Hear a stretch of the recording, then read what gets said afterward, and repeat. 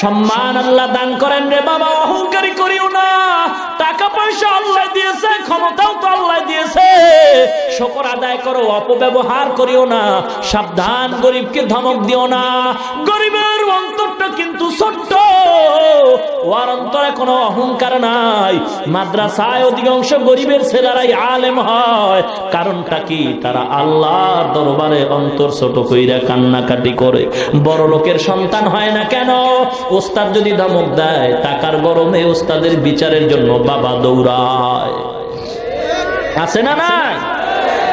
এই school college ভার্সিটির ছাত্র ভাই গো, পর্দার অন্তরালের মা গো, এ যুবক ভাই, বৃদ্ধ বাবাজিরা, পায়ে হাত দিয়া বলি, ধর্মীয় শিক্ষার কত দাম। আল্লাহ পাক আজকে কোরআনের বরকতে কত সম্মান দান করেছেন। ও মা, তোমার কি মনে চায় না তুমি একজন